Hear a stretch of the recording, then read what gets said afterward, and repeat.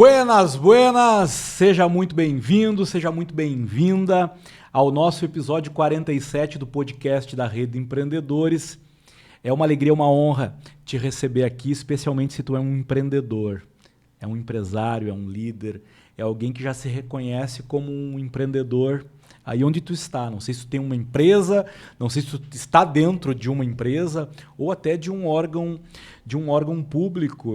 Enfim, porque eu tenho visto aqui, tenho entrevistado pessoas de diversos segmentos que têm essa postura empreendedora diante dos desafios que temos aí. E hoje eu trago um convidado especial para esse programa, que está sendo transmitido aqui pelo YouTube, pelo Spotify. Quero até agradecer essas plataformas aqui que nos permitem chegar até a ti, aí onde tu está. Se tu já assina, se tu já está inscrito, parabéns e gratidão, porque a tua inscrição ela nos torna ainda mais próximos. Se tu ainda não se inscreveu, ainda não é um assinante, assine aí, tá bom? Isso vai fazer com que tu seja avisado de cada conteúdo novo aqui nessa plataforma, assim como também tu vai dizer para a plataforma que há uma relevância aqui nesse conteúdo, então mais pessoas também vão ser alcançadas por isso. E é claro que cada curtida, cada comentário, cada interação tua aqui com o podcast é muito valioso para a gente, e faça isso. Tá bem? Hoje, com o oferecimento aqui da nossa Oriente Kombucha, né, nossa parceira dessa jornada aí de transformação de vidas, famílias e negócios através do empreendedorismo, eu recebo aqui este empreendedor, empreendedor advogado, Rafael Roer. Ele que é uma pessoa que tem uma vasta experiência, uma trajetória de vida, e eu tive a oportunidade de conhecer ele através do nosso convidado do podcast anterior aqui, o Luiz de Oliveira, né, o nosso querido Luiz da Portal Contabilidade, ele que é também secretário municipal da Fazenda. Mas agora é contigo aqui, doutor Rafael, bem-vindo. Muito obrigado, Maurílio, por esse convite. Muito obrigado por estar aqui. E na tua fala já me chamou a atenção de algo que, durante muito tempo, eu não levava isso em consideração e não me enxergava dessa forma. Eu, durante muito tempo, me enxergava como advogado, ponto. E eu comecei a ter uma percepção de que eu era advogado e empreendedor na medida em que eu fui ampliando a minha rede de negócios em torno do meu escritório, que inicialmente eu coloquei há mais de 30 anos atrás, numa salinha 2x2, ocupando um espaço que o meu pai me emprestava. Então, e aí é uma coisa que, voltando lá atrás, é uma coisa que a gente na advocacia não nos ensinam a ser empreendedor. Na formação do advogado, a preocupação é técnica. Formar um técnico. Ponto. Perfeito. Só que a vida vai nos obrigando. E tu falou uma coisa interessante, e quando tu falou isso me despertou algumas coisas. Há um tempo atrás, eu dei, durante dois semestres diferentes, uma amiga minha, que era professora da UFN, me convidou para dar uma aula sobre como empreender na advocacia. Porque ela dava aula... Eu não sei se era ética e alguma coisa, e ela quis dar um enfoque um pouco mais de empreendedorismo para os alunos, para que quando saíssem da faculdade tivessem uma visão disso. E eu disse para ela, mas eu não tenho formação na área, eu não costumo ler livros de gestão, tem um ou outro que eu tenha lido, muito focado para o serviço, focado para a advocacia. E acabei dando essas palestras, vamos chamar de palestras, em 2 ocasiões. E ela me disse, mas o que tu falou nas tuas palestras, eu tenho que pegar em medos de livros e pegar uma coisa aqui, outra ali e ir juntando. Sim, só que foi na minha experiência. E e naquele momento, que é uma coisa interessante que a gente tem que fazer também, naquele momento de fala com os alunos, talvez a metade da minha fala foi mostrando onde é que eu tinha errado em alguns momentos. Perfeito. Isso é valioso. Vou te dar um exemplo bem rapidinho. Eu tinha no papel timbrado do meu escritório, lá atrás, eu tinha o nome do escritório, Advocacia Empresarial. Um belo dia eu encontrei alguém na rua, algum amigo, alguma coisa, não lembro bem, não lembro que pessoa era. Ela falou, eu tinha um inventário do fulano para passar para ti, mas eu vi que tu faz só empresarial, né? Então eu não passei isso para ti. Eu disse, não, eu faço também essa parte de sessões de inventário. Mas é que estava no teu papel timbrado que tu era advocacia empresarial. Eu, opa, estou me comunicando errado. Eu estou restringindo. No afã de mostrar uma especialização, eu apresentei uma restrição. Que tal? Então, eu estava restringindo o meu público possível. Então, hoje, eu tenho um escritório de advocacia. Né? E ele se moldou assim também, no full service, indo nessa área. Eu te conheci como palestrante. Sim, né? Eu sim. te conheci como palestrante. Sim. E para ser um palestrante, além de empreendedor, o cara também é comunicador. Então reconheci em ti essa competência fundamental aí do ser humano. Né? Não, nem vou falar que é só profissional, né? Porque hoje, no mundo que a gente vive, se a gente não comunicar bem, né? Temos grandes desafios. Mas eu quero te convidar para experimentar uma Oriente Kombucha. Essa aqui é o sabor China. Cada uma dessa da garrafa da Premium é de um país. Né? E as da garrafa de plástico é linha tropical, são sabores de fruta. Eu vou te servir essa aqui, pode ser? Ótimo. E aí, tu já tomou kombucha, né?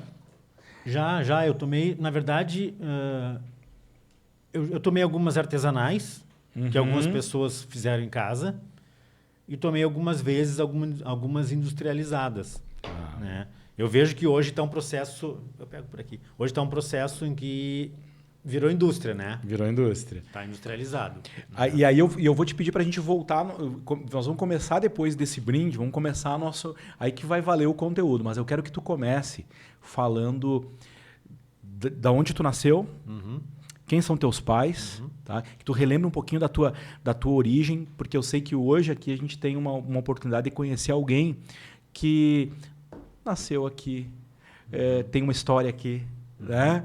E sei que teu pai tem uma história importante também aqui.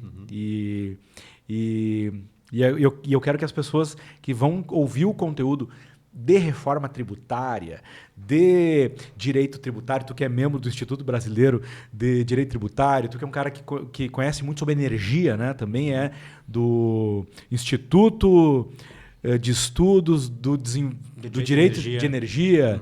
Né? Tu tem uma capilaridade aí também na advocacia. Mas vamos lá, eu quero a tua história, tá bem? Saúde. E esse é um dos sabores da Oriente Kombucha. Muito bom. Muito bom.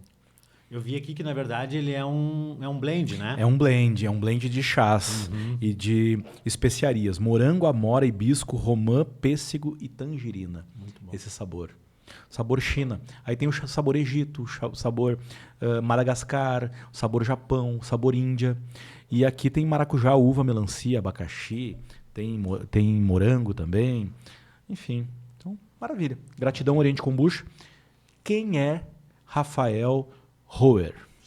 Bom, eu sou natural aqui de Santa Maria e até esses dias eu estava com um grupo de pessoas e eu me dei conta de uma situação.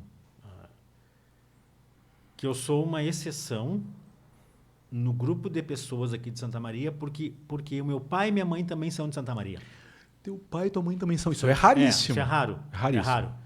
Então, porque normalmente alguém tem um pai que vem de outra cidade, ou é a mãe, ou a própria pessoa que nasceu em outro lugar. A maioria dos nossos membros aqui, dos empresários, a maioria são de fora de Santa Maria. Então, meu pai e minha mãe são de Santa Maria e eu sou de Santa Maria. Então, eu sou santamariense raiz. Tá? O meu pai, ele é aposentado já, né? Já tem uma certa idade. Ele foi professor da universidade, então ele tem eu tive uma relação sempre muito presente, ou melhor, sempre foi muito presente na minha vida a questão da universidade. Porque a universidade era o local de trabalho do meu pai, era o local em que vinha o ganha-pão para a nossa família, E é um local que te joga para a importância do conhecimento. Então, a gente vive num ambiente, a gente viver num ambiente universitário, como a gente vive aqui em Santa Maria, isso faz com que a gente tenha um apreço maior pelo conhecimento do que se tem em outros lugares. Isso aí é uma característica bem posta aqui em Santa Maria. E isso é bem posto na minha família e bem posto na minha pessoa também. Então, eu tenho uma relação muito forte com a cidade nesse aspecto, Perfeito. com a universidade, porque é algo que eu costumo dizer sempre. A Universidade Federal de Santa Maria marcou o que é a cidade, para o bem ou para o mal. Não importa. Aí pode fazer qualquer juízo de valor que tu quiseres, se ajudou, se atrapalhou, se foi para cá, foi para lá, não importa. Mas ela marcou. Santa Maria é o que é, porque existe a universidade. Senão ela teria outra característica. Não sei se pior, não sei se melhor. Até poderíamos fazer uma história contrafactual aí, falar do C, e ficar no C, mas a realidade é esta. A nossa cidade é marcada pela presença da universidade. Né? Então, e na minha vida? Então eu fui alguém que sempre tive dentro de casa a importância do conhecimento, do saber fazer, do ter o que fazer, e hoje eu vivo, de certa forma, de venda do meu conhecimento. Sim. Porque o serviço jurídico é uma venda de conhecimento, o serviço de consultoria é uma venda de conhecimento. Né? Então, isso que marca a minha vida. A minha mãe ela tem formação em estudos sociais, mas ela nunca atuou na área, e como nós éramos, na época, três filhos homens, ela preferiu ficar por casa, se envolvendo no nosso crescimento pessoal, na nossa criação, no crescimento pessoal, e acho que ela teve sucesso nisso. O nome do teu pai? É Rubem. Rubem Roer. Ele chegou a ser pró-reitor? Ele fez uma carreira muito forte na parte administrativa dentro da universidade, porque ele tinha um duplo vínculo com a universidade. Ele era funcionário e professor do curso de Ciências Contábeis. Então, na carreira administrativa, quando ele se aposentou como pró-reitor de administração. Então, ele fez uma carreira bem na área administrativa, muito forte, muito consistente. E o nome da tua mãe? Cires. É um nome um pouco diferente. Cires Roer, mas qual é o sobrenome dela também? Prado Lima. Né? Então. Uma família também... a família Prado Lima é grande, eu tenho vários tios. E interessante também... Essa é uma história interessante também na família da minha mãe. O meu avô era alfaiate, aqui em Santa Maria. Ele teve 8 filhos, 4 homens e 4 mulheres. Todos se formaram em curso superior. Todos. Ele tem 2 filhos médicos, ele tem filho engenheiro, tem filho dentista, tem filho professor, professora. Então, todos estudaram. Então, e aí vem uma questão que é interessante. Acaba se encontrando isso na minha vida. Acaba tendo essa presença na minha vida. Mesmo que uma origem humilde, um alfaiate, todos os filhos se formaram. Sim. E se formaram graças à existência de uma universidade federal na cidade. Também tem isso. Então, essa relação que eu faço, que eu estabeleço. Maravilha. Né? E eu vou aproveitar em algum momento aqui na nossa conversa para pegar um pouquinho do teu olhar sobre Santa Maria, sobre a região, para a gente falar um pouquinho de assuntos até que eu tratei com o Luiz no podcast anterior, porque hoje a gente vai precisamos tratar e pegar contigo emprestado, né, o teu conhecimento no que diz respeito a essa grande transformação que a gente está vivendo aí através da reforma tributária, que agora começa já estamos numa fase de implantação dessa reforma. Né? Tem coisas que vão acontecer. Eu sei que muitos aqui que estão conosco não sabem nada sobre o que está acontecendo. Né? Estão esperando o contador ir lá e trazer alguma informação. E na palestra que eu assisti contigo, eu vi que realmente tem muita coisa para a gente se atualizar. Então é uma pauta. Não podemos deixar de falar de energia também. Né?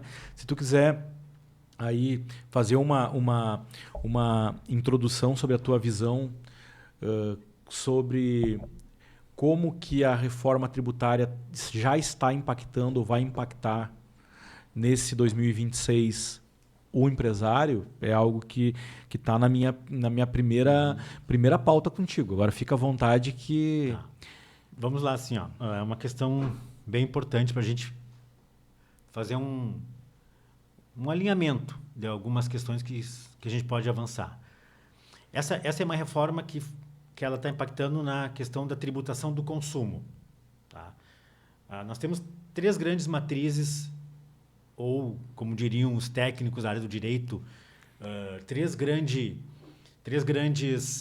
signos presuntivos da riqueza, ou 3 grandes situações em que há riqueza, porque a gente tem que tributar a riqueza. Se tributa a riqueza. Então, nós temos patrimônio, renda e consumo. Patrimônio, renda e consumo. Patrimônio, renda e consumo. Teu carro, tu paga IPVA, porque tem um patrimônio. É o teu veículo. A tua casa, tu paga IPTU. Porque tem uma casa, tu paga o tributo por ter essa casa. Renda. Eu tenho uma empresa, eu oferi renda, eu tive lucros e dividendos, então eu tenho renda, vai ser tributada a renda. A parte em que houve a reforma tributária é aquela que tributa o consumo, que é o ICMS, o ISS, o PIS, a COFINS, ou seja, compra e venda de bens. O que as pessoas consomem. E aqui tem uma coisa bem interessante desde já. A reforma tributária que está sendo... Eu ia dizer que está sendo posta, não, que já está aí. Já está aí. Já está aí. Ela já está. Ela traz algumas implicações bem importantes, porque bases amplas da incidência e bases amplas de tomada de crédito, ou base ampla da não cumulatividade, uma não cumulatividade ampla. A não cumulatividade tem a ver com a formação de preço. Exatamente, aí que eu quero tocar num ponto bem importante, e até uma expressão que eu tenho usado em todas as minhas falas, e quem me escutar em outra oportunidade, eu vou repetir isso. Eu vou repetir uma expressão que lá na palestra tu com certeza escutou. O empresário tem que virar um caça-crédito. E ele vai virar. Se ele não virar, ele tem que virar um caça-crédito. Se ele não virar caça-crédito, o negócio dele está fora. Foi a primeira vez que eu ouvi alguém falar dessa forma, e uma coisa que tu foi bem enfático. Não? Então, o empresário vai ter que virar um caça-crédito. Então, tu sabe o que é um caça-crédito? Não sabe o que é um caça-crédito? Então, agora é a oportunidade de entender. Por que isso? Porque com a reforma tributária e o sistema não cumulativo, vamos pegar a expressão, tem sistema cumulativo e não cumulativo, que vai redundar em tributo em cascata e em tributo que não é em cascata, que vai te dar um direito a usar um valor. Vamos pegar um exemplo bem banal, tá? Vamos pegar a kombucha. A kombucha da Oriente, tá? Comprou a garrafa, comprou a tampinha. Essa garrafa e essa tampinha vem junto um crédito do tributo que quem forneceu a garrafa e quem forneceu a tampinha teve que pagar lá quando ele fez isso, quando forneceu esse produto para a indústria. Então, eu vou pegar esse crédito, a própria expressão diz, então vou me creditar, vou botar lá numa caixinha. Quando eu for vender o produto final, eu vou ter um débito que eu vou ter que pagar tributo pela venda que eu fiz do produto final. Se o empresário ali do outro lado ele está num lucro real, num lucro presumido, ele já tem uma noção... Quem trabalha no lucro real já sabe disso. Já sabe disso. Agora, quem está no simples não tem nem noção. Quem está no simples não se preocupa com isso, quem está no lucro presumido também não, mas eles conhecem por causa do ICMS. O ICMS é o ponto-chave. O ICMS já tem essa lógica. Então, eu me credito para eu ter crédito e usar esse crédito para bater na minha conta final de tributo a pagar. Então, o que vai acontecer a partir de agora? O sistema ele passa a ser totalmente não cumulativo, com base ampla. Ou seja, tudo o que eu fizer, que eu vender, que eu produzir, que eu prestar serviço, vai ser objeto de tributação. Tudo vai ser tributado. Porque a lei complementar que criou, que instituiu as regras da reforma tributária, eles foram bem inteligentes nesse aspecto. Ele fala de fornecimento de bens ou serviços. Bens pode ser bens materiais, imateriais e direitos. Bem amplo já aí, né? Então acabou que abraçou coisas que antes não estavam contempladas. Antes tinha brecha. Tinha muita discussão. Muita discussão. O streaming, como é que tributa o streaming? Agora está claro. Agora está claro. Está claro. E porque vem a segunda parte também, fornecimento de serviço. Tudo que não for fornecimento de bens vai ser serviço. E Então, quem locava veículos, quem locava equipamentos, não estava pagando imposto. Ele não pagava nem ICMS nem ISS. E agora vai pagar. Vai pagar. Por quê? O que acontecia? O ICMS ele incide sobre compra e venda. Locação não é compra, não é venda. O ISS incide sobre prestação de serviços. Existe um conceito tributário estabelecido que locação não é uma obrigação de fazer, é uma obrigação de dar alguma coisa em locação. Então não é serviço. Ele não pagava nem ICMS nem ISS. Com a legislação nova ele vai ter que pagar. Claro que vai acontecer o que agora? Ele vai ter o crédito da aquisição do veículo para usar. Sim. Então o empresário vai estar cada vez mais preocupado de observar o quanto ele vai se beneficiar com os créditos daquilo que ele está comprando. Exatamente. Então ele vai olhar para o fornecedor e vai ter que ver, não, cada negociação com o fornecedor, cada compra... O que vem de crédito para mim. E só que aí tu alertou um ponto na palestra que eu digo é um ponto muito importante, que foi o seguinte: não adianta só comprar e gerar o crédito. O cara lá tem que pagar o imposto. Tem. Se ele não pagar o imposto, eu não vou ter esse crédito. É porque agora, com a reforma, não é mais o regime ele mudou. E a sistemática. E está na lei, isso aí já está posto, vai ser assim. Então, o que tem que cuidar? Qualidade do teu fornecedor.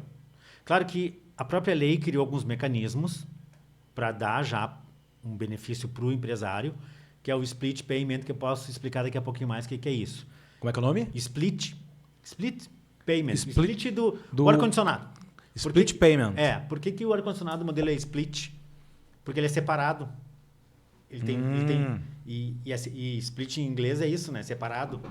Então, o split payment é o seguinte.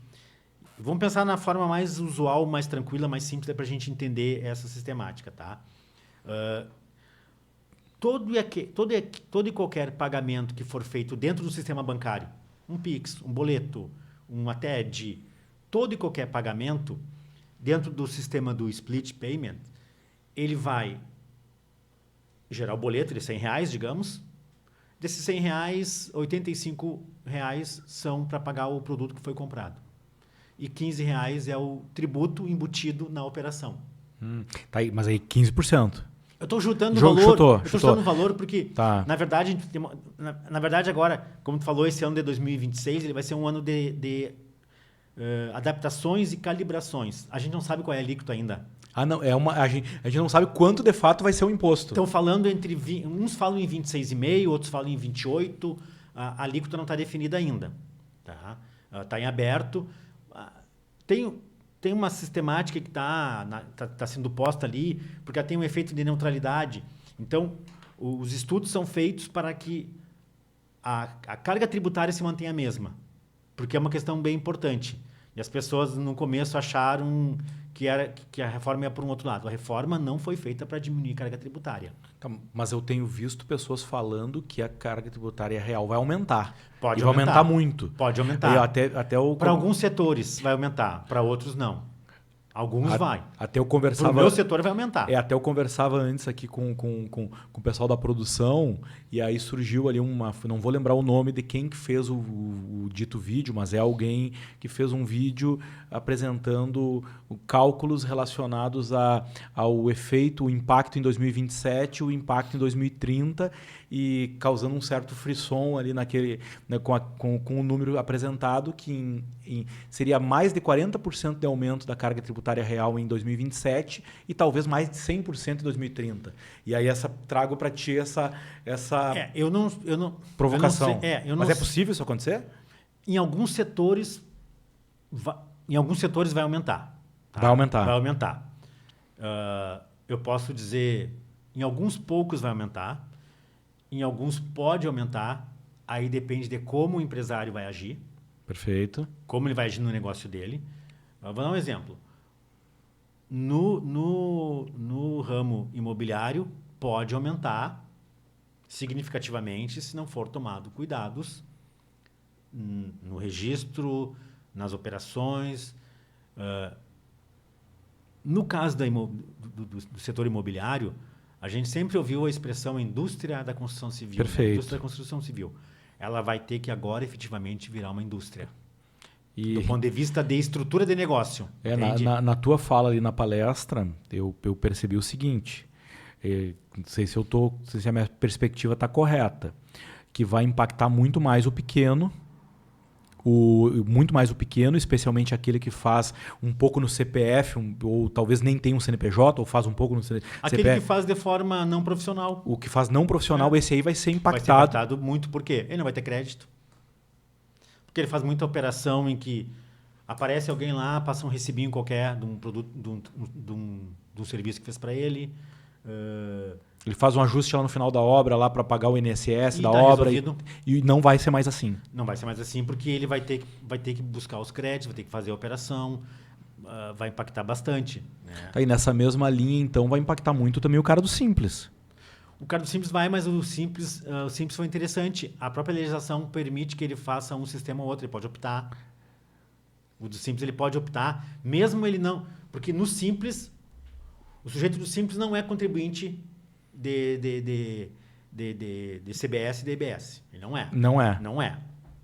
Ele fica quieto. Hoje ele já não paga separadamente... Ele paga aquela alíquota dele que congrega tudo ali dentro. Tá, e vai continuar assim. Continua assim.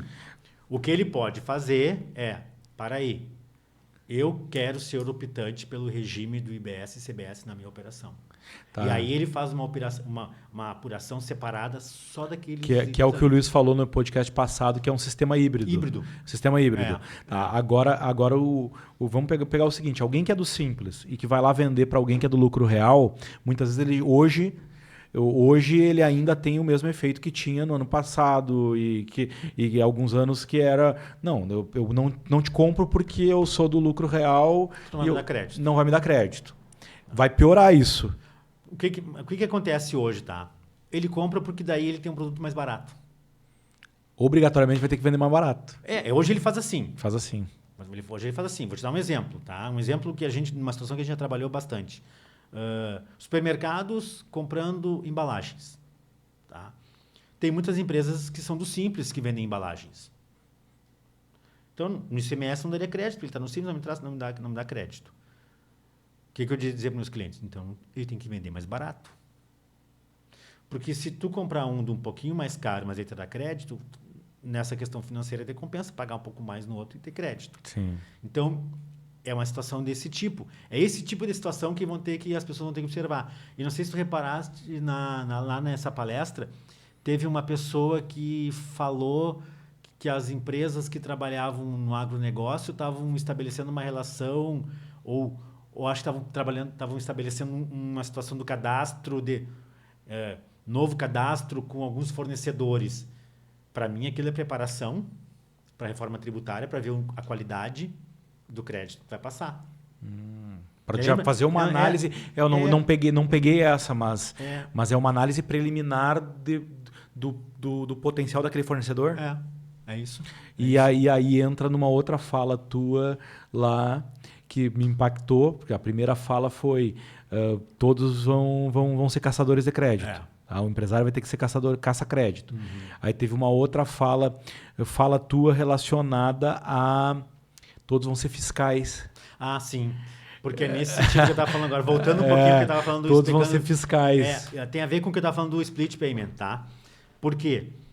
Porque como é que é o sistema hoje? Então, a gente inevitavelmente tem que fazer algumas comparações, porque as pessoas têm um sistema já consolidado, internalizado, todo mundo já sabe como é que é o sistema, o empresário já sabe como é que é o ICMS dele, já sabe como é que é o PIS, como é que é COFINS, ele já sabe como é que é hoje. Então, ele tem aquilo já estabelecido, já posto. Já sabe quanto que ele paga de imposto, mais ou menos? Imposto, como é que ele faz com crédito, como é que ele... Então, vamos pegar o exemplo do ICMS. Hoje, o empresário vem na nota fiscal lá destacada do ICMS, ele acredita no ICMS dele e está resolvida a vida dele. Se o fornecedor pagou ou não pagou aquele ICMS, o problema não é dele. É um problema do fisco com quem forneceu o produto. Se vai fazer execução fiscal, se vai cobrar, o que vai acontecer. Não interessa a ele. Agora não é mais assim. Agora vai ter que ter o pagamento do tributo para que ele possa usar o crédito. O crédito só é válido se o fornecedor pagou. Pagou. Então vai ter que ter uma relação inclusive, de compliance, de due diligence, muitas vezes, para saber, pagou ou não pagou. O que acontece hoje, muitas vezes, já acontece isso, por exemplo, quem fornece para órgãos públicos. O órgão público só paga a fatura num serviço, por exemplo. A universidade contratou um serviço de limpeza e vigilância. Tá? Tem que pagar todo mês lá, a empresa que ganhou a licitação tem que pagar a fatura. Bom, eu pago a fatura, se tu me trouxer aqui a guia do FGTS, pago, a negativa do INSS, se tu está cumprindo com todas as obrigações. Aí eu vou pagar. Porque eu não vou correr o risco de estar te pagando, tu não pagou ninguém, aí daqui a 3, 4 anos vem uma ação aqui, eu subsidiariamente tenho que cumprir com valores que eu já paguei, sim, entreguei na mão do empresário, e ele não recolheu para os cofres públicos. Então, esse sistema vai mudar assim. Em contrapartida, ele cria o split payment, que é o quê? Ele separa dentro do sistema bancário, o que for feito dentro do sistema bancário, não importa qual formato, ele vai separar o que vai como valor para a conta do fornecedor e o que já vai para pagamento do tributo. Tá, significa então que acaba o capital de giro com o dinheiro do imposto, que hoje uma parcela significativa das empresas utilizam o valor do imposto como capital de giro. Uma situação muito importante, e no começo da tua fala, tu falou uma coisa fundamental, que a gente vai ter que inverter um pouco a lógica, inclusive. Hoje a gente espera o contador vir bater a nossa porta, trazendo a guia, dizendo, não, mudou tal coisa, agora não é mais assim, mudou para cá. Conselho que eu estou dando para todo mundo, tá? Vai, senta com o teu contador, organiza teu fluxo de caixa, organiza a tua vida. Nós vamos ter aí todo 2026 para fazer isso. 2026 é o ano da organização. Tem que estar preparado para essa nova realidade. E uma preparação vai ser bem fácil todo mundo entender. Tudo que tu gerou de crédito, tudo que tu gerou de PIS e COFINS em 2026, no dia 31 de dezembro tu vai constituir um crédito, tu vai poder usar lá na frente para pagar IBS e CBS. E explica para quem não sabe a diferença do IBS para o CBS, porque um é estadual e municipal e outro é federal. O CBS... Tudo aquilo, aquela lista enorme de tributo virou dois. Viraram esses dois. Tá, viraram esses dois. Então, vamos começar pelo CBS. CBS é uma contribuição sobre bens e serviços. Essa é para a União. Tá? Substitui o PIS e a COFINS. PIS e a COFINS, te digo, sem o mínimo receio de estar cometendo algum exagero, algum equívoco. Talvez sejam os tributos mais difíceis que nós tivemos para o empresário e o pessoal da área contábil atuarem. Deu mais trabalho para todo mundo. Muito trabalho. Para entender, para conseguir... Até hoje não tem certeza o que dá crédito, o que não dá, o que eu posso usar, o que eu não posso. Isso aí deve ter dado muita demanda para o direito tributário. A gente teve muitas demandas, muitas ações envolvendo isso. Muitas. A questão de uns 4 anos atrás, teve uma decisão do STJ que deu uma quase definida nisso, mas como é um sistema que tem muita particularidades, peculiaridades, sempre foge, sempre escapa alguma coisa. Então, a contribuição à CBS vai substituir PIS e COFINS para a União. O IBS, que é o Imposto sobre Bens e Serviços, ele vai substituir basicamente o ICMS, que é de competência estadual, e o ISS, que é de competência municipal. Aí foi criado um comitê gestor, porque agora isso vai ser centralizado no comitê gestor, e o comitê gestor que vai fazer a repartição do que é para município e o que é para estado. Uhum. Né? Então vai ter que...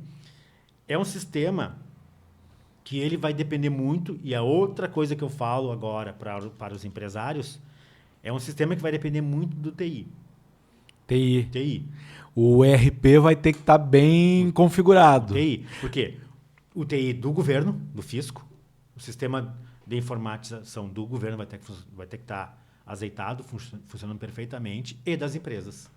Perfeito. Então assim, a gente vai para uma outra realidade no que diz respeito ao uso dos sistemas dentro das empresas. O uso dos sistemas e o uso dos contadores. O contador tem que ser uma ferramenta de gestão e de gerência contábil da tua empresa. De gestão do teu caixa. Eu vou falar uma coisa que até depõe um pouco com relação à minha classe, tá?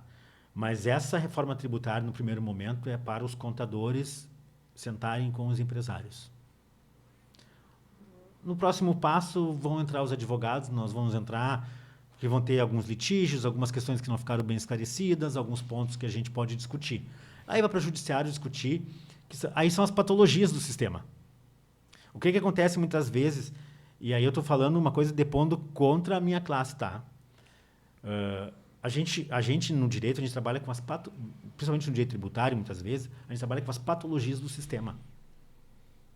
Os contadores trabalham no funcionamento do sistema. Então, no primeiro momento, a gente tem que entender o funcionamento. Sim. Eu só posso encontrar alguma patologia se eu conheço o sistema, vejo como é que ele está funcionando e analiso a funcionalidade dele. No momento que eu percebo que ele tem alguns vícios, alguns defeitos na funcionalidade, é o que vai proporcionar eu entrar com uma demanda na justiça para discutir. Isso aqui está errado. Sim. Agora, apartando esse fato de que é uma mudança. E a mudança ela gera um desconforto. Apartando isso, tu acredita que essa reforma ela simplifica ou ela complica para o empresário? Eu acho que ela simplifica. Na verdade, foi o grande objetivo da reforma. E ela simplifica realmente? Foi a simplificação. Com relação ao impacto financeiro disso, há uma dúvida se... Esse está em aberto ainda. Está em aberto. Está em aberto ainda como vai funcionar. Primeiro, a primeira grande interrogação, a primeira grande incógnita é qual é a alíquota. Porque tem uma diferença se é de 28 para 26,5. Tem uma diferençazinha boa aí, né? Bem significativa. E agora, para o contador, melhora ou piora para o contador? Ele trabalha mais ou menos? Ele vai especializar mais? A régua vai subir? O que tu tem para dizer sobre isso? O contador, na verdade, já faz um bom tempo que o contador é o principal auxiliar do empresário, é o contador. Já faz um bom tempo. Ele tem que estar presente, ele tem que estar junto. Mas voltando, talvez sendo aprofundando um pouco mais numa questão que tu levantou aí. Se vai ser bom, vai ser ruim, se o contador vai ter uma ingerência maior nesse processo. Tem uma vantagem que eu acho bem interessante. No sistema atual hoje, tu falou anteriormente de lucro real, lucro presumido. Tá? A questão do lucro real, lucro presumido, tu faz a opção no primeiro mês do ano, aquela opção vale para todo o ano. Se tu fez para o lucro real, tu tem umas opções ali de fazer um balanço de suspensão, de fazer uns ajustes, mudar o sistema, mas em regra, em tese, ele é imutável. Feita a opção... O ano todo. O ano todo, isso aí já teve discussão judicial, o pessoal tentou discutir, não, é irretratável. A opção é irretratável. E o que influenciava muito hoje a opção pelo lucro real ou lucro presumido, muitas vezes não era nem o próprio imposto de renda. Por quê? Porque na regra atual, se eu escolher o regime do lucro presumido, eu vou estar com PIS e COFINS cumulativo. Se eu fizer a opção pelo lucro real, eu vou para o PIS e COFINS não cumulativo. Hoje separou. Hoje a opção lucro real, lucro presumido, ele vai impactar apenas então somente no imposto de renda. O restante IBS, CBS, é tudo regra geral. Regra geral não cumulativo.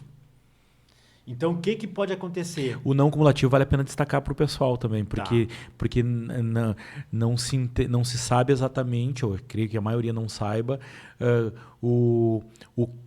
onde que incide o imposto. Se a gente não está pagando imposto sobre o imposto. Hoje acontecia isso, continua acontecendo. O apelidinho que foi dado para o IBS e CBS é IVA dual. IVA dual. É IVA dual. Por que IVA dual? Não está esse nome em lugar nenhum, mas a sistemática é uma sistemática de IVA. O que é o IVA? IVA é um imposto sobre valor agregado. Que é um sistema que existe... O nosso é mais parecido com o Canadá, com a Índia, com a União Europeia um pouco. Não tem nada a ver com o americano. Quando a gente vai a Miami ou vai a Nova York, faz uma compra, Nova York é 8%. Aí é o IVA. E lá no finalzinho ele vem um agregado no final. Esse nosso não, ele é em cada Etapa. Em cada etapa. Por isso que ele é não cumulativo. Então eu me acredito do que... Quem me fornece o produto inicialmente, ele me fornece o produto com um crédito. Vamos pegar um exemplo do varejo que talvez seja mais simples. Vamos botar na kombucha. Na kombucha, tá? O produto lá na loja de conveniência. Tá lá na loja de conveniência. Ele é o PDV que vende a kombucha. Tá. Mas esse PDV, ele pegou de uma distribuidora.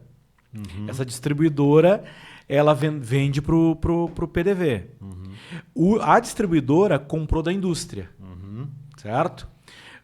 Quando a distribuidora... E a indústria, por sua vez, comprou vários insumos para formar aquele produto. Tá? Sim.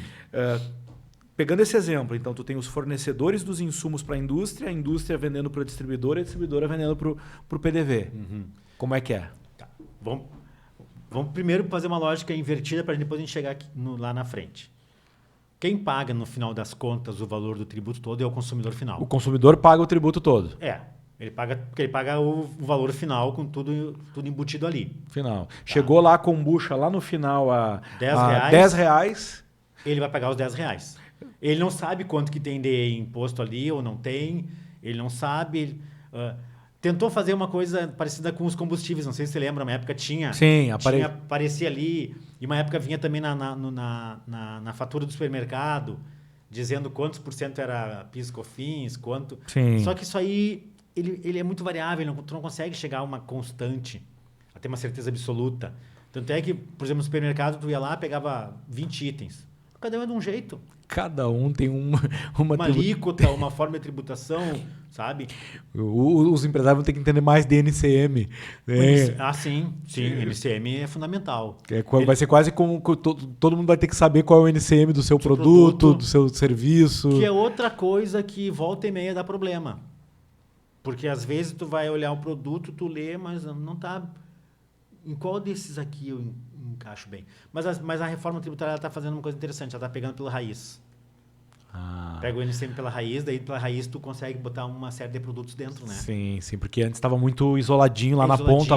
Por exemplo, assim, quem trabalha com... eu já vi alguns trabalhos que a gente fez, alguns estudos aí, quem trabalha com produto do agro, arroz casca é uma coisa, arroz sem casca é outra, arroz parabolizado é outro, sabe? Agora, aí o que tu faz? Simplifica. Arroz. Eu não faço... eu não vou nas subdivisões. Perfeito. Né? Então, eu pego a raiz e uso a raiz. Aí, essa talvez seja a lógica de simplificação. Aí simplificou. Simplificou. Vai na raiz, sabe? Por exemplo, tem lá produtos hortigranjeiros. Hortigranjeiros. Não está dizendo que é alface, que é isso. Não. Qualquer um. Então, esse é o sentido de simplificação que eu vejo que está ali.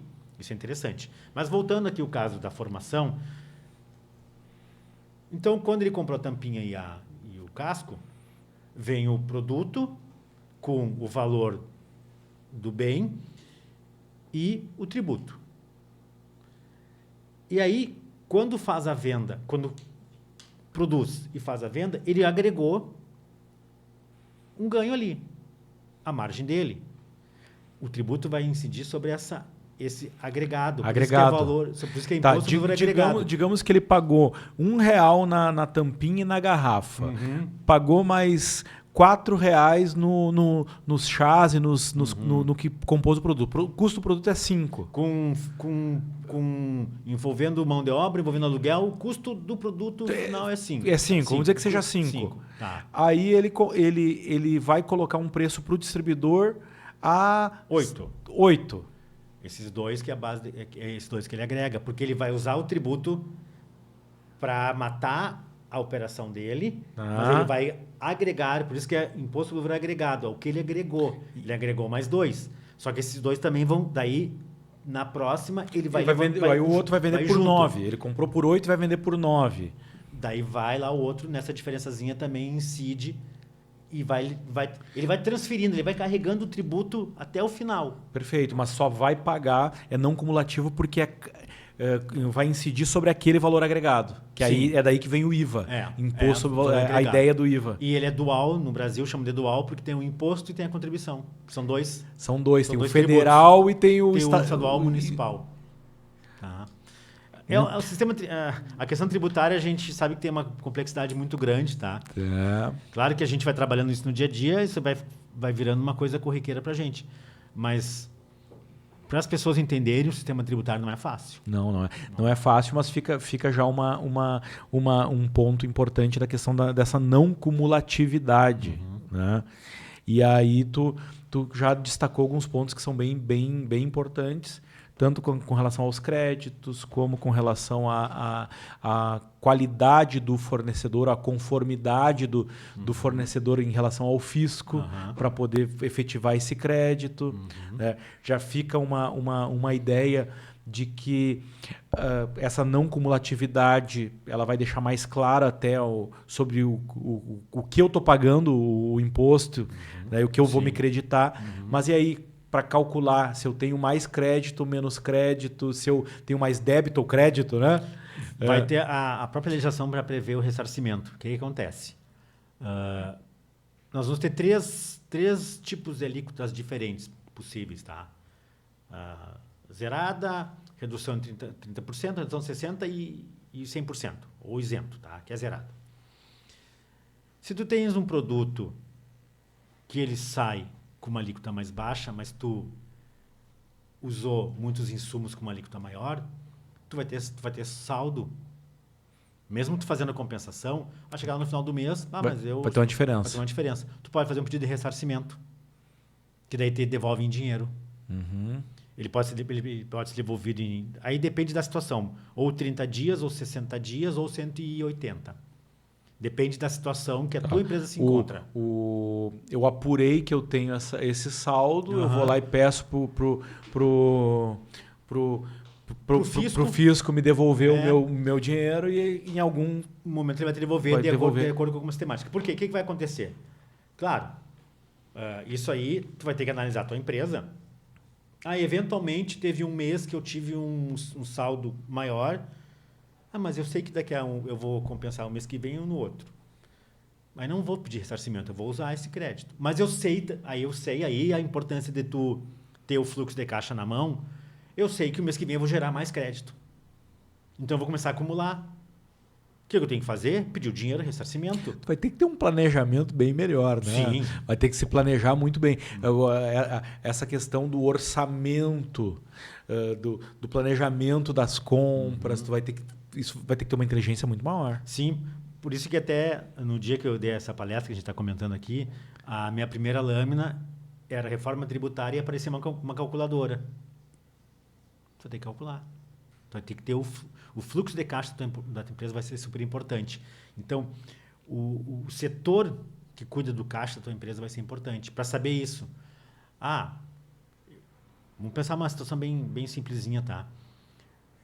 Eu resolvi fazer o pedido de ressarcimento e eu estou na sistemática que vai levar 60 dias para me devolver o dinheiro.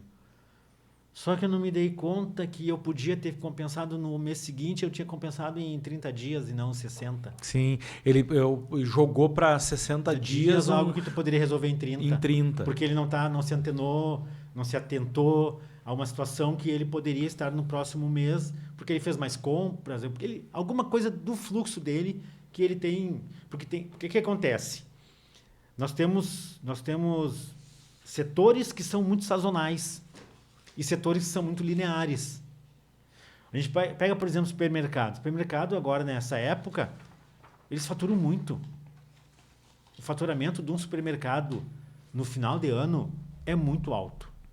É muito alto. E em certos produtos. Então, ele tem que ter esse conhecimento. Sim. Né?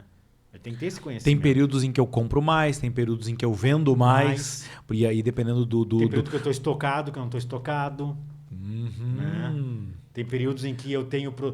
Tem períodos que eu vendo produtos que são de curta vida útil o produto, então eu tenho que girar, eu tenho que vender. Tem indústrias que até por uma questão de sazonalidade dos insumos, muitas vezes ele é obrigado a comprar mais e estocar naquele período para poder vender lá na frente com uma margem maior. Porque tem uma super oferta. E aí? No período tem uma super oferta, né? Sim. Vamos pegar um exemplo assim, uma indústria de sorvetes. Eu não acompanhei até hoje nenhuma indústria de sorvetes, mas eu tenho a impressão de que agora é que eles vendem bastante, né? Vendem muito. Sim. Tá o verão aí, no inverno ele baixa um pouco. Talvez aí a organização de fluxo de caixa, a organização da empresa, de insumos, estoque. Outra coisa importante, estoque organizado e estoque com registros bem feitos para te dar crédito. Agora, isso vai ter essa... Porque vai ter que ter esse negócio agora em 2026, né? Tem muito sistema que é utilizado aí nas empresas que são conhecidos porque o estoque nunca bate. Nunca bate. E agora a gente vai olhar de uma outra forma para isso também. Vai ter que bater. Sim. Que tal? Porque assim, o que acontece também com essa reforma? Ele cria muitas obrigações acessórias, que a gente chama. Tecnicamente chamada de obrigações acessórias. Qual é a obrigação principal? Pagar o tributo. Eu vou lá e pago. Mas eu tenho obrigações acessórias. O que eu tenho que fazer? Eu tenho que fazer registros, eu tenho que informar o fisco, eu tenho que prestar esclarecimentos quando uma série de situações. Vamos dar um exemplo que todo mundo sabe aí, que o pessoal da área imobiliária. Eu tenho que fazer DMOB, eu tenho que fazer a declaração de quem que aluguel de quem que eu administrei, o imóvel que eu comprei e vendi. A gente fez uma transação eu e tu. A imobiliária, do ponto de vista jurídico e legal, ela tem que informar que ela fez uma operação em que nós dois, um comprou, outro vendeu. E inclusive nisso, até o exemplo interessante da questão do aluguel. Até o aluguel vai gerar crédito. Sim. O aluguel vai gerar crédito, tudo vai gerar crédito no final das contas. Aí. A única coisa que não gera crédito, que está previsto na lei, que vai dar uma confusãozinha lá na frente, bens de uso pessoal. Bens de uso pessoal. E numa empresa, o que são os bens de uso pessoal? Pois é. Aí o celular do meu celular, se comprar um celular pro diretor é um bem de uso pessoal? Isso. Aí só pode usar para fazer ligações de trabalho? Não pode fazer uma ligação pessoal? O carro que o diretor usa, ele só pode usar o carro de segunda a sexta, não pode usar final de semana? Pois é, interessante. Vai dar margem de interpretação. Hein? Outra situação. Tá na lei, vai dar confusão ali, não está bem claro. Foi estabelecido na convenção coletiva que vai ser dado um tal tipo de uniforme para as pessoas, ou tal tipo de benefício. Mas não está na lei, está na convenção coletiva. Só que se tu não cumprir a convenção coletiva, vem uma multa por descumprimento da regra trabalhista. Então, essa questão dos bens de uso pessoal vai ser um capítulo à parte. Esse, sim, vai ser aquela patologia que eu falei anteriormente, que os advogados vão se debruçar e vão começar a analisar, junto com a empresa, junto com os contadores. Tá, mas isso aqui vai dar crédito ou não vai dar? Já é uma patologia pré-diagnosticada. Tá... E o que acontece no sistema brasileiro hoje? A forma como a gente trabalha. Particularmente no escritório a gente trabalha assim. Eu tenho uma dúvida se eu posso me acreditar ou não de um item qualquer. Tá, eu vou correr o risco de ficar me acreditando aqui. O fisco tem 5 anos para me fiscalizar. Ele deixa passar 4 anos e meio, daí vem me fiscaliza e diz que eu aproveitei de forma incorreta. Me aplica Selic, né, de correção e uma multa de 75%. Eu vou esperar que isso aconteça? O que a gente faz muitas vezes? Eu vou para o judiciário e digo, bato lá na portinha do juiz, eu quero me acreditar desse item aqui, porque eu entendo que eu tenho direito a crédito, por isso. Tá, ele analisa, tem direito a crédito. Saiu a decisão, aí eu vou pegar os últimos 5 anos e vou me acreditar e estou tranquilo, estou garantido. Então, tem muitos trabalhos que a gente tem que fazer em cima da segurança. Surgiu a dúvida existe a todo momento. Outra questão importantíssima. A gente está falando muita coisa aqui que talvez ali na frente seja um pouquinho diferente. Por quê? Não saiu a regulamentação ainda da lei. Interessante. E tem uma previsão de quando que sai essa regulamentação? Teria que sair até dia 31, né? Para poder, dia 1º, o pessoal começar a aplicar, né? Parece que vai sair dia 20. a informação do pessoal da Receita. Saiu então dia 20. Não, Se não saiu, porque na verdade a gente está aqui no ar dia 31 de dezembro. Vai ter que ter saído. Vai ter que ter saído. Vai ter que ter saído. Até dia 31 de dezembro vai ter que ter saído. Então pode ser que alguma coisa esteja diferente. Pode ser que aconteça isso. Não tinha me dado conta dessa diferença de tempo aí. Um tempo importante. Agora, pegando uma questão que eu não sei se muda ou não. Guerra fiscal. Guerra fiscal, teoricamente, acabou. Aquela história da montadora que foi para tal estado porque lá paga menos imposto. Eu tenho 2 exemplos bem interessantes para ilustrar isso. Um é, se a gente, sei lá, nos anos 2000, nos anos 90, 2000, uma série de fábricas de calçados aqui do Rio Grande do Sul no Ceará, né? Perfeito. Foram para o Ceará. Porque o Ceará estava dando um ICMS mais barato lá. Dava uma série de vantagens e ICMS mais barato. E outra coisa que eu sempre falo também, toda aquela pessoa que fez um leasing de um veículo, não importa o banco que ele tenha feito o leasing. A sede do banco é na Avenida Paulista, em São Paulo. Mas a sede da empresa de leasing é em Barueri, que é outro município. Por quê? Porque o ISS, que é o tributo que incide sobre o leasing, era de 0,5% em Barueri. A lei possibilita que seja até de 5%. Então, era muito barato em Barueri. Então, todas as empresas de leasing estavam em Barueri. Por que está acabando com isso? Isso foi uma coisa que... Essa guerra fiscal, ela foi boa para alguns estados no começo, para alguns municípios. Depois ficou muito ruim para o sistema como todo.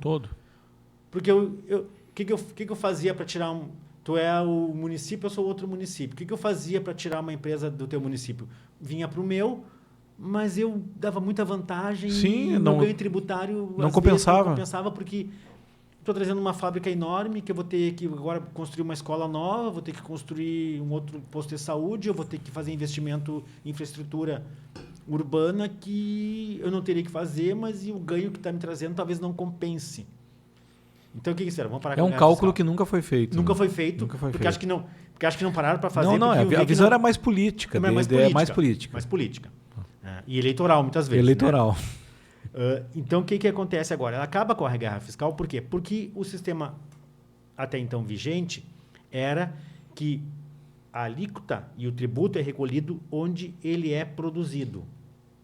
Agora, ele vai ser calculado e recolhido onde ele é consumido. Onde é o destino. É o destino. Antes era...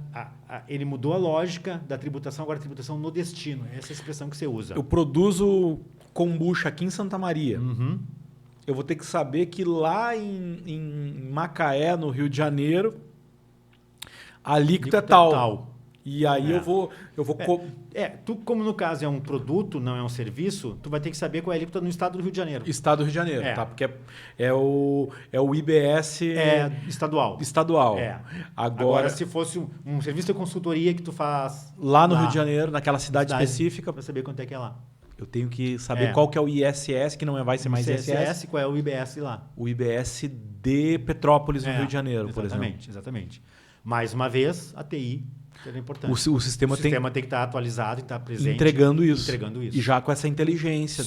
Gerou a nota lá para Petrópolis. Automaticamente ele já tem que gerar dentro da sistemática. Isso vai subir a régua dos sistemas também aí. Sistemas todos. Tem sistema proprietário que não está preparado para isso. Tem sistema com defasado que não tá preparado para isso. Vai ter que ter toda uma nova parametrização, né? Todo o sistema. Vai ter que ser todo refeito. Mas isso aí, essas questões de sistema são interessantes. Isso acontecia toda hora.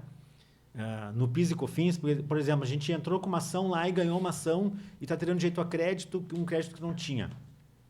Tá, uma coisa agora vou buscar meu passado, vou fazer um levantamentozinho, vou fazer uma compensação, mas daqui para frente eu vou ter que mexer no meu sistema para me dar o crédito.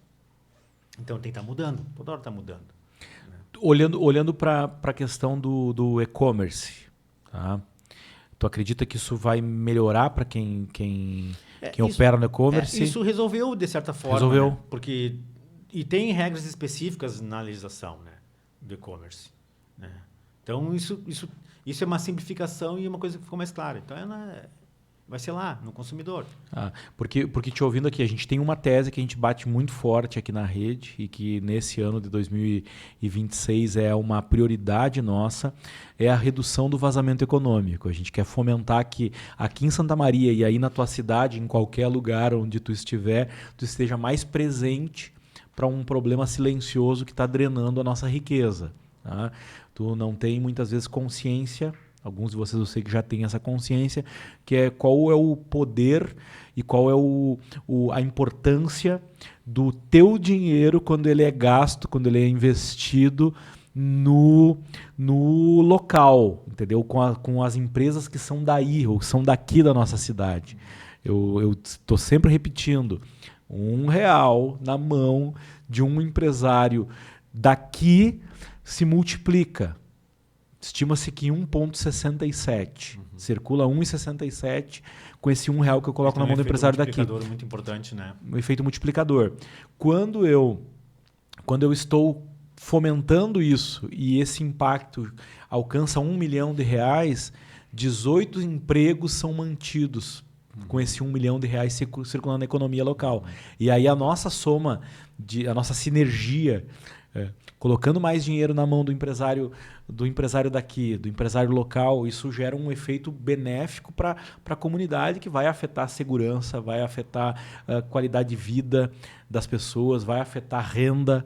E hoje a gente muitas vezes está ali cobrando do governo, da política, né? Tá colocando por terceiro, mas muitas vezes a gente não está fazendo a nossa parte, né? E aí quando tu fala sobre essa questão do imposto no local onde é consumido, já estou ouvindo que vai voltar um pouco mais do recurso. Tu sabe que nessa reforma tributária, agora levando um pouco para o lado fiscal, para o lado que a gente separa a questão tributária são os tributos, né? A questão fiscal é que envolve a relação do fisco como ente. Então, o município, o Estado, a União e os orçamentos públicos. Santa Maria vai ser uma das cidades que mais vai ganhar com essa reforma tributária. É uma cidade que vai se beneficiar. Vai se beneficiar muito. Porque é muito consumidora. Porque é muito consumidora. Não é tão produtora. Exatamente. Tem muito consumo aqui. E, na verdade, até esse é um estudo, acho que faz uns 2 ou 3 meses atrás, Santa Maria é a cidade com o 5º potencial de consumo do Estado. E não é a 5ª maior economia. Acho que é a 10ª ou 12ª cidade mais rica do Estado. É porque a gente tem muito mais consumo do que indústria, do que produção. A nossa cidade é uma cidade consumidora por ser uma cidade de serviços. Então, ela consome muito. Porque serviço demanda pessoas. E as pessoas são consumidoras. São as que consomem. E aí, pegando esse ponto, significa que outras cidades hoje muito mais ricas por conta da produção vão ser impactadas negativamente. Exatamente. Esse dinheiro vai trocar de mão. Vai. Como eu tenho atividades em Santa Rosa também, a gente tem escritório lá também, lá é uma cidade que vai acontecer o contrário. Lá eles têm uma preocupação grande porque o município vai ter que buscar outras alternativas para suprir essa situação. Vamos pensar lá em Santa Rosa agora. O município vai arrecadar menos. Vai arrecadar menos. Porque vamos pensar a situação hoje. Na entrada de Santa Rosa está a fábrica de colheitadeiras da Agco. Quanto de tributo gera uma colheitadeira que custa 2,5 milhões, 3 milhões? Não vai ser mais lá do município, vai ser para onde ele vendeu. Então, ela vai ter uma perda significativa, porque ele tem produtos industriais de altíssimo valor agregado, porque pensa uma colheitadeira é montada na Agco. Tem toda uma série de indústrias na volta, uma que fornece a roda, outra que fornece uma chapa, sabe? Sim. Tem várias. Sempre que a gente trabalha nesse setor, tem empresas que são especializadas em fazerem ferramentas para serem usadas pelas metalúrgicas que vão produzir bens para ser entregue lá na montadora da Agco. Não, tu citando Santa Rosa, já vem Horizontina, já vem ali Marau, Não Me Toque. Todas essas. Essas cidades vão ser muito impactadas com relação a isso. É bem interessante. Nós estamos iniciando 2016 aqui com uma realidade em que o orçamento do município, por exemplo, de Santa Maria, menos de 10% do orçamento de Santa Maria, ele é aproveitado pelas empresas daqui na prestação de serviços ou do fornecimento de produtos, de bens para o município. Tá? E a gente está num trabalho de conscientização, já contando com o secretário da Fazenda, com outros empresários e líderes fomentando essas conversas e estimulando que os empresários locais se preparem para isso. E eu acho que essa realidade também inclui universidade, inclui quartéis, perfeito, inclui outros entes públicos que fazem compras substanciosas. E interessante, isso é uma questão de organização, porque os orçamentos públicos eles são muito lineares. Ele é marcado. É previsível. Por uma previsibilidade. Ele tem previsibilidade, às vezes, para 4 anos. Exatamente. O plano plurianual. Tem uma ideia de quanto... ou saber quando que ele vai construir vai reformar um prédio, quando ele vai construir um prédio novo. Tem todo um planejamento. Isso aí não é de uma hora para outra que se decide. Né? Qual o número de pessoas? A gente sabe, por exemplo, que a Universidade Federal de Santa Maria tem 2.000 professores e 2.600 funcionários. Quem está aqui, a gente não sabe qual é o nível de consciência dessa pessoa que está nos assistindo aqui, que talvez ela não saiba quanto que é o orçamento do município dela. Tá?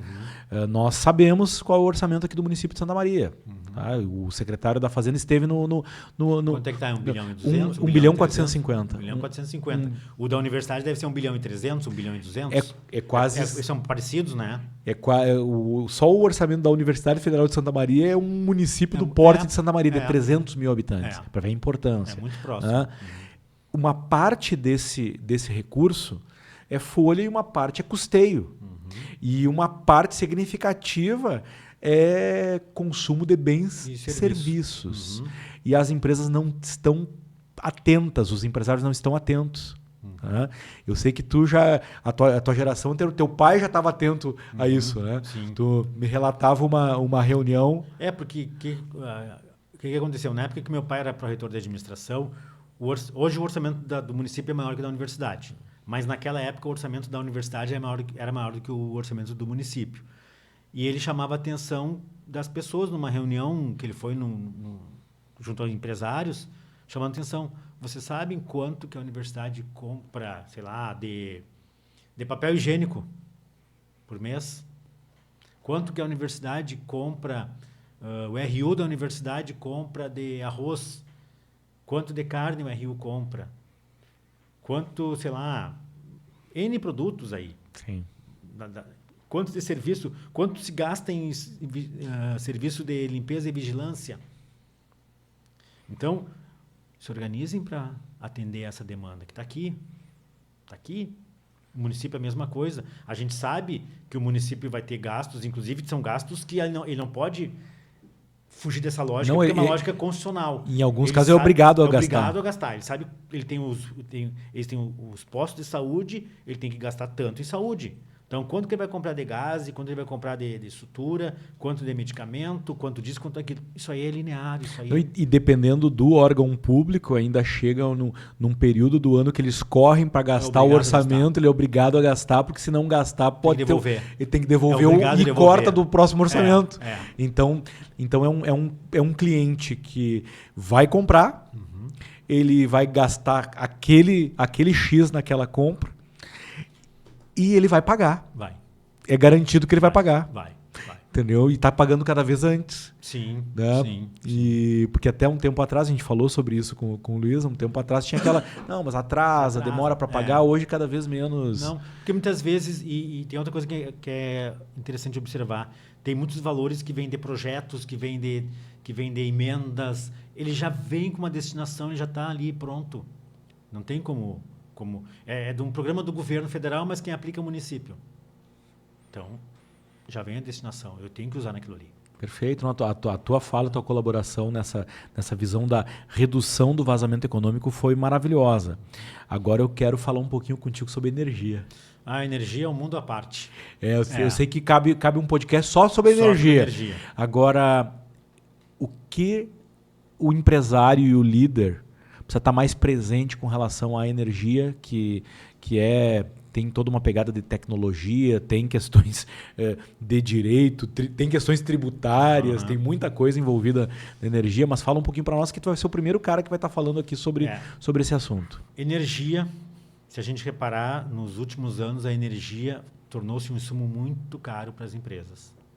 A energia é muito cara, certo? Nós temos alguns mecanismos com energias renováveis, algumas alternativas, como energia fotovoltaica, eólica. Então, só um parênteses aqui, ela é um mundo à parte, até vou contar uma situação que aconteceu hoje comigo. Eu tenho uma colega minha que a gente trabalha muito nessa parte de energia, e ela me mandou hoje para revisar, para a gente entregar 3 petições de 3 situações completamente diferentes, envolvendo situações completamente diferentes com energia. Para empresas, nesse caso, né? Como muitas vezes o volume maior de gasto é nas empresas, na tua casa tu gasta, a pessoa gasta R$300, não vai estar toda hora e ele não tem muito como fugir, que ele está no mercado cativo. É aquilo, não tem. Não tem. Vamos falar assim, de energia para a gente fazer uma diferenciação já de início, assim, e poder avançar um pouco mais. O setor energético, não é no Brasil, é no mundo, ele é um monopólio natural. Do ponto de vista econômico, é um monopólio natural. O que significa? Por quê? Aqui na rua, aqui na frente, tem uma rede passando. Por que nós vamos ter 3 redes? Não tem lógica. Então, cada empresa tem uma rede. Então, a gente põe uma empresa e ela tem a rede. Tem a rede. Porque não tem uma lógica econômica, né, para a disputa estar nesse setor, nessa forma. Então, por isso que ele é um monopólio natural. Porque, economicamente, não tem lógica eu não passar aquele serviço para apenas uma empresa explorar. O que eu posso fazer é criar outras situações. Por exemplo, eu tenho o monopólio natural da distribuição, mas eu não tenho da geração, porque eu posso gerar energia em qualquer lugar. Sim. E qualquer pessoa pode gerar. Então, criou-se uma coisa que é chamado de mercado cativo. Nós, nas nossas casas, a gente está no mercado aqui em Santa Maria, por exemplo, vou dar o exemplo de Santa Maria. Nós, nas nossas casas hoje, vou falar hoje porque isso aí vai mudar na legislação, nas nossas casas hoje, nós estamos agregados no mercado cativo em que a gente só pode comprar energia da RGE. Só de uma empresa. Só de uma empresa. Ela é a concessionária. Distribuidora é ela que vai nos fornecer energia. Hoje, uma empresa maior pode dizer assim, não, eu vou fazer o seguinte, eu vou migrar do mercado cativo para o mercado livre. Então, eu vou comprar energia de quem eu quiser. Claro que quem vai me distribuir, quem vai entregar a minha energia vai ser a RGE. Concessionário da rede. Que a rede vai passar por ela. Então, aí eu vou ter 2 relações jurídicas.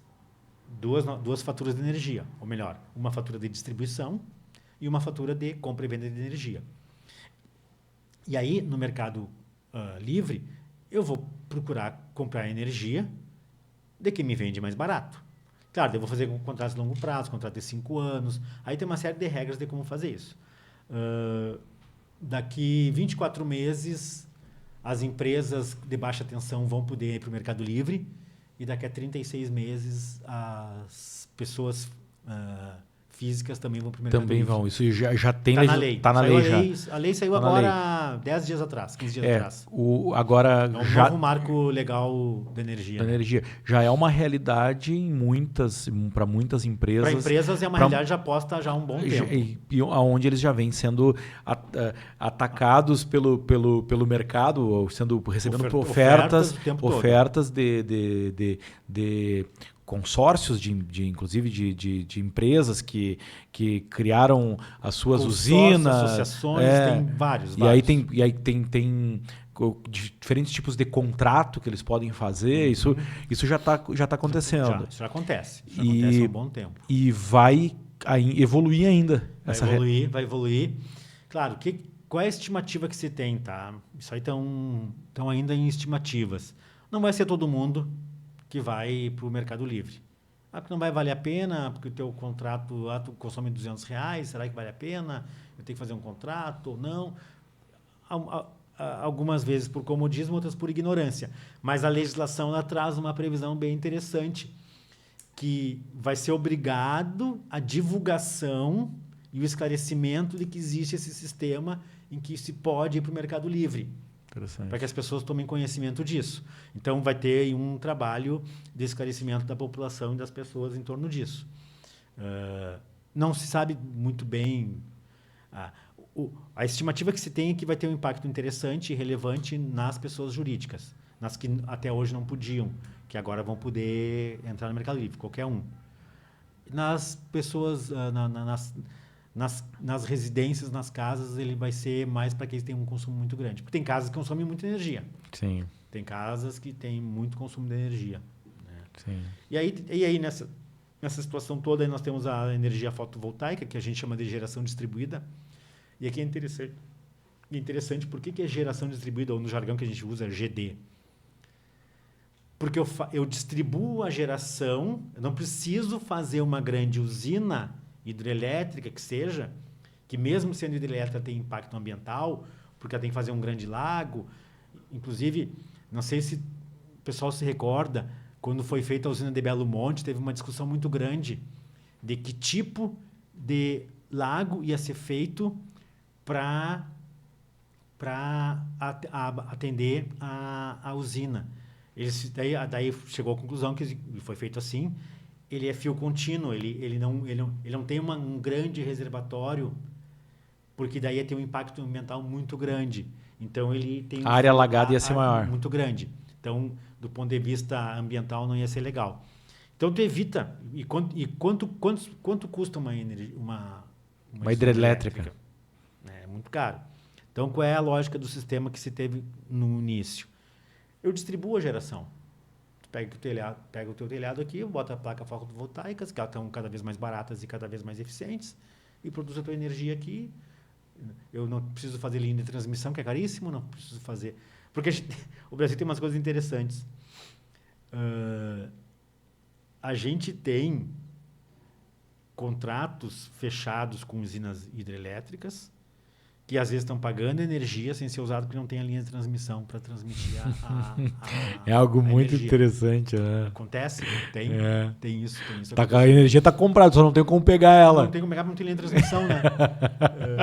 Então, tu evita acho que eu já vi esse filme em outros cinemas. Já aconteceu, né? Já aconteceu. É interessante. Então, energia... Primeiro de tudo, a nossa vida não existe mais sem energia. Sem energia elétrica. Sim. Né? Claro que quando a gente fala em energia, tem também petróleo. A gente teve pouco tempo atrás, a gente viu um bugio aqui em Santa Maria desligar a rede. Caiu o sistema. Né? E aí, naquele momento, eu estava numa reunião com uma pessoa...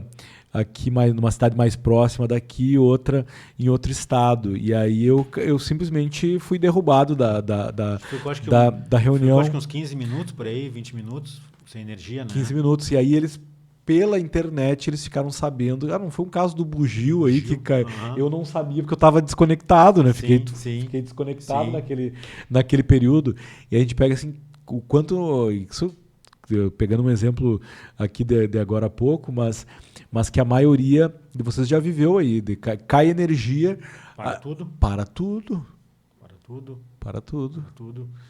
É um insumo muito importante. Eu tenho um caso de uma indústria que ele tem um problema muito, muito grave de baixa qualidade no fornecimento de energia.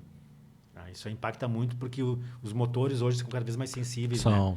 Então, as oscilações de tensão impactam muito. Sim, queima máquinas caríssimas. Queima máquinas e é uma situação bem preocupante. E ele tem um gerador a diesel, mas o gerador a diesel, nessa lógica, ele existe para suprir eventuais necessidades momentâneas. Não é para funcionamento contínuo. E não atender toda a planta industrial. Porque é uma planta industrial que consome muita energia. Quantos geradores ele teria que ter para uso esporádico? Quanto gasto ele tem? É inviável economicamente. Então, aí surgem demandas nesse sentido.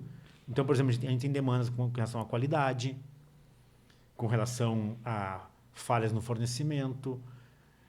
Tem uma situação lá de um cliente que ele tem um problema crônico porque ele está numa área, rural e a companhia não tem uma periodicidade muito grande na poda e manutenção do mato em volta. Então continuamente tem problema. Continuamente tem problema. E aí ele precisa de um advogado para ajudar ele a forçar que se resolva aquela situação. E algumas vezes também buscando indenização pelo que ele teve de prejuízo, né? Porque ele tem um contrato que tem que... aí são umas coisas interessantes. A gente tem, mesmo na casa da gente tem um contrato assinado com a companhia. Tu não assinou contrato nenhum. Tu foi lá, só pediu a ligação, só que esse contrato está lá registrado no cartório, ele existe. Como é o que a gente chama de contrato por adesão, né? Como são muitos consumidores, não faz sentido todo mundo assinar. Né? Tu faz lá, pede tua ligação e está valendo. Está dentro da regra geral para todo mundo. Mas tem um contrato, tem previsões, tem multas, tem uma série de situações. Eles têm responsabilidades. Tem responsabilidades. E no caso da energia é interessante, porque a gente tem quando houve o grande processo de privatizações ou de estatizações, ou o nome que a gente quiser dar, lá nos anos 90 no Brasil, em que a telefonia foi privatizada, o sistema de distribuição de energia foi privatizado, teve uma série de privatizações. Qual foi a lógica estabelecida lá? Inclusive foi criada a lei de concessões, foi criada lá para estabelecer isso. Criou-se regras com objetivos bem claros quanto à qualidade, à continuidade, à modicidade tarifária. As tarifas tinham que preencher uns requisitos legais. E, como não era mais do governo, as empresas não eram mais estatais, criou-se o sistema de agências reguladoras. Então, as agências reguladoras têm uma dupla função. Ela tem uma função de regular, ou seja, baixar normas de como vai ser, e de fiscalizar. E, no Brasil, a gente tem uma situação bem variável de qualidade das agências reguladoras. A ANEEL, que é a Agência Nacional de Energia Elétrica, talvez seja a melhor de todas. A mais organizada, a com mais condição técnica, com mais ingerência sobre as distribuidoras, porque tem umas que não funcionam direito, tem umas que o pessoal reclama muito. Uma outra bem conhecida é a Anvisa, que trata de medicamentos, é uma agência reguladora também. Né? Então, a gente tem esse sistema. Foi o sistema que foi criado. Na verdade, o sistema de agência reguladora não é invenção brasileira, se usa muito no Brasil. Na verdade, é uma criação americana, que lá nos anos 20, com a Grande Depressão, eles perceberam que, para aí, nós temos que deixar tudo solto assim para o mercado resolver tudo, às vezes não dá certo. Sim. Precisamos de alguma agência que pelo menos vai regularizar. Ela não vai ser um agente indutor economicamente, ela não é... Vai botar ordem e colocar as regras do jogo. Ela não faz, às vezes, de um capitalismo de Estado. Sim. Ela faz, às vezes, de alguém que está ali observando o sistema e está estabelecendo regras. Né? Então, funciona bem. Daí tem todo um sistema de regras administrativas, questões administrativas que se resolve com a agência reguladora, sem precisar ir para o judiciário. Tem muito que se resolve ali. Muito. E esse mercado livre de energia no mundo, nos Estados Unidos, como é? Nos Estados Unidos também tem, né? E lá... Funciona, né? Funciona? Na verdade, o grande problema, talvez, hoje no mundo, relacionado à energia, seja a Europa. A China está resolvendo isso. A China, pela qualidade da produção de energia, com muitos gases de efeito estufa na produção de energia. Mas eles estão mudando a planta. Carvão, muito carvão. Carvão, o que for, mas eles estão mudando isso. Tá? A Europa, com a guerra da Ucrânia, descobriu a dependência que eles têm de gás russo.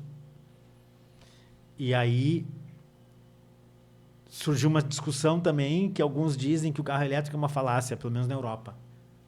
Que ele mais polui do que não... Porque a energia é produzida é nuclear, é a carvão. Não é que nem aqui no Brasil. Aqui no Brasil é limpa. 85% da nossa matriz energética no Brasil é de renováveis, ou hidrelétrica, ou eólica, ou fotovoltaica. Então, as nossas usinas termoelétricas no Brasil, elas existem muito mais para eventos elas usam quando der problema nas outras, como reserva. Elas só são despachadas, é o jargão que se usa, elas só são despachadas, ou seja, só são autorizadas a operarem quando tem déficit de energia em algum setor ou outro. Candiota aqui que a gente tem aqui no Rio Grande do Sul, que é com carvão, é uma virgulazinha, um apêndice que todo mundo olha assim, mas por que tem isso daí? Então, e estava nessa legislação que eu te falei, que foi publicada agora há 2 semanas atrás, mantiveram candiota, mantiveram produzindo carvão. Qual é a grande crítica? É um carvão de baixíssima qualidade. Tu tem que primeiro enriquecer o carvão e depois queimar. Mas ela tem um aspecto econômico para a região. Tem uma importância ali. Tem uma importância, então uma questão política ela se manteve daí. Maravilha. Eu tenho uma pergunta que eu sempre faço aqui para os convidados, né, e nessa perspectiva do empreendedor, tá? E tu é alguém que já empreende também em outras áreas e já tem essa experiência. São os erros. Quais foram os teus 3 maiores erros como empreendedor? Algo que tu pode compartilhar para que a gente aprenda com esses erros. Eu nunca parei muito para pensar nisso, mas agora usando uma expressão antiga, respondendo de chofre, a pergunta que tu me fez, tu acabou a pergunta. Para mim, a primeira coisa que me veio é, em alguns empreendimentos que eu fiz, por que eu não fiz antes? Por que eu esperei? Esperou demais, demorou. Podia ter feito antes, podia ter começado antes. Tudo bem, às vezes o demorar um pouco mais, eu entrei com mais experiência, com mais conhecimento, mas eu acho que muitas vezes a gente fica se amarrando sem necessidade. Querendo a perfeição. Agora não é o momento que eu preciso disso, preciso daquilo, preciso fazer não sei o quê. Não, às vezes é começar. E depois a gente vê o que vai acontecendo. E é uma coisa interessante que, não sei se é por acaso ou não, os psicólogos dizem que nada existe, nada é por acaso, né? Tá. Mas assim, eu empreendo em 3 setores diferentes, tá? Os meus 3 setores são atividades de longo prazo. Os 3. Advocacia, imobiliária e agro e pecuária. Todos longo prazo. Todos longo prazo. Interessante. Todos longo prazo. Talvez eu me acostumei já com isso, não sei. É uma coisa que eu me pergunto todo momento. Por que eu trabalho só em situações de... Por que meus 3 negócios são de longo prazo? Eu não tenho nenhum de curto prazo. Eu não tenho uma indústria... Já produz, vende. Produz, vende, está com fluxo de caixa ali, compra, vende. Né? Não. São períodos, são fluxos longos. São todos eles com um fluxo econômico muito longo. Todos. Interessante. Que outro erro tu cometeu? São tantos. Algumas vezes também tem uma relação inversa com o que eu falei. Talvez ele não ter estudado melhor alguma situação, não ter analisado melhor, não ter sentado. Às vezes, eu acho que eu poderia ser alguém que poderia olhar um pouco mais para os números. O pessoal do direito não gosta de números, mas a gente tem que olhar para os números. Talvez eu devesse olhar um pouco mais para os números. Eu acho que talvez aí era uma coisa que eu acho que eu gostaria de ter... Eu gostaria de ter pessoalmente um apreço maior a isso.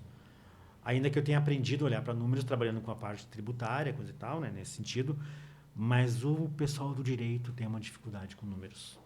Né? Então, e eu vejo hoje, eu tenho um sobrinho meu que é empreendedor, ele tem 24 anos, ele é número. Ele é um número. Ele só pensa números. A lógica dele é matemática.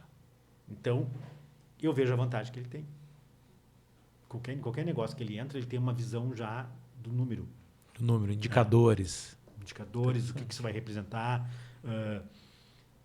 E é interessante que, e agora conversando contigo, eu vivo cercado na minha família por pessoas que mexem com números. Meu pai, contador, foi professor de ciências contábeis. O meu irmão mais velho, a formação dele é contabilidade também, foi auditor durante muito tempo, hoje tem uma indústria. E meu irmão mais novo é também formado em ciências contábeis, é professor na universidade e tem a formação dele depois de mestrado e doutorado em economia. Trabalhando com economática, que é número, né? Eu não. Foi pro direito. Nunca gostei de matemática. Mas pro direito. Mas hoje aqui tu transbordou muita coisa que vai resultar em números. Números. E eu vou te convidar para deixar um recado aqui para essa câmera. Então, eu vou tirar aqui essa taça da tua frente. O pessoal nos olhando assim, sem saber, então estão tomando vinho durante a conversa, né? Um vinho rosé. É. Uma boa kombucha fabricada aqui em Santa Maria. Né? E agora aqui, ó, empresário. Tu vai falar com um empresário. E algo que tu tenha para transbordar aí na vida dele. Uma mensagem final aí desse nosso episódio, que era para ser uns 50 minutinhos aí, já tá em quanto? 1h30, né? Opa, 1h30. E se a gente pegasse Santa Maria, a gente falaria mais horas sobre Santa Maria. Se a gente pegasse direito tributário, mais 1h30 de direito tributário e com certeza mais 1h30 de energia, né? Fora que a gente não falou de outros assuntos que poderíamos falar também, porque foi um papo que rendeu. E se ele ficou até aqui é porque ele gostou de te ouvir. Sim.